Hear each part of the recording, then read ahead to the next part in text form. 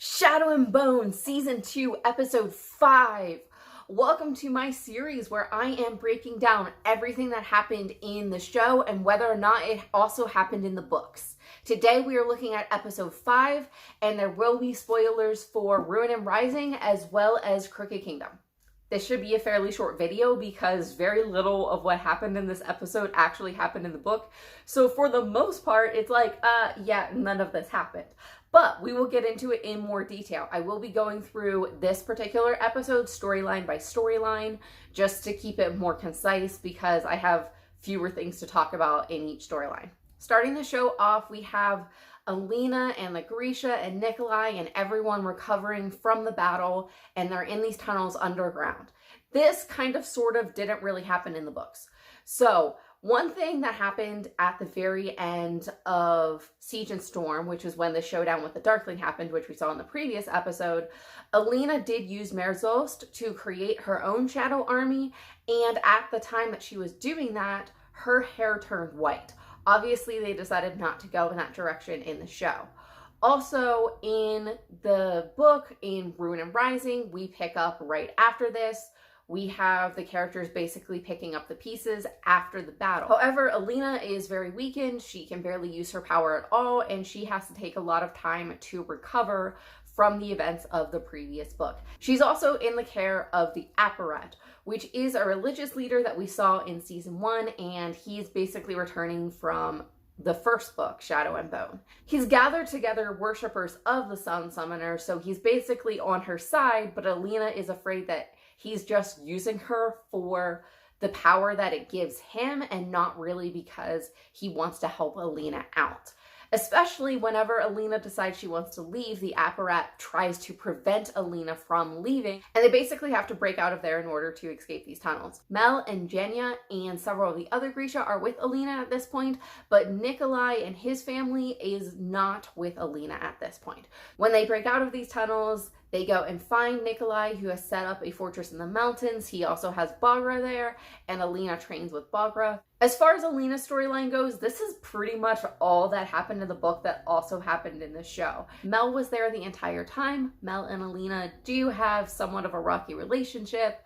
We see that maybe exaggerated a little bit more at this point in the show. I feel like Siege and Storm was really when they had a much rockier relationship and they had kind of made up at this point. And we have Nikolai still flirting with Alina, which is something that happened, but of course Alina is not engaged to him for any purpose.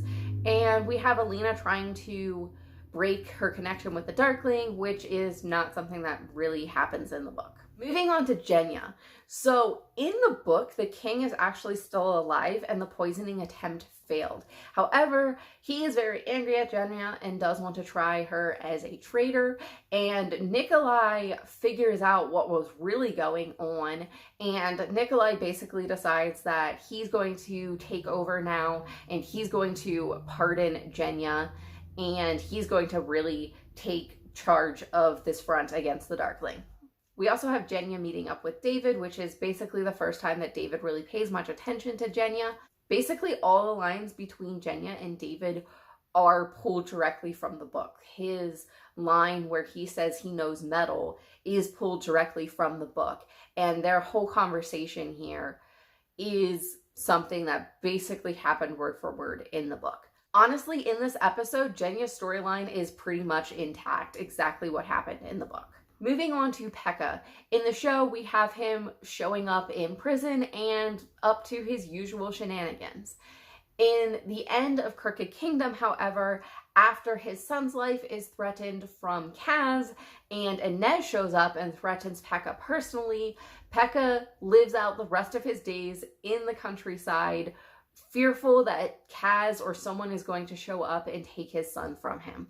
So Pekka doesn't end up arrested and in prison in the book, and this is a total deviation from that. Next, let's talk about the crows. I actually very much enjoyed the crows plotline in this episode, even though none of it happened in the book. But let's get into it a little bit further because we do have nods to the books in this episode.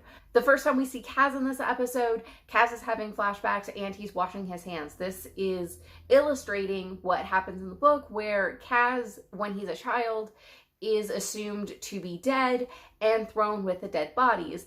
And Kaz becomes touch adverse and he doesn't like touching people or having people touch him because of this experience, and that is why he wears gloves all the time. We also have Wylan admitting to Jesper that he can't read in this episode, which is something that's true from the books. Wylan is unable to read. As far as the actual plot on the crow side of things in this episode, Tamar and Talia show up and basically task the crows with retrieving this sword.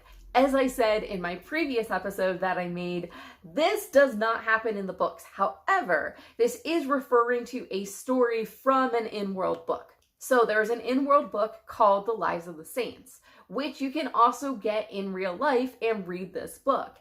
This particular story in The Lives of the Saints does not show up in the Grisha trilogy or the Six of Crows duology, but they're obviously using it here as a plotline for the crows.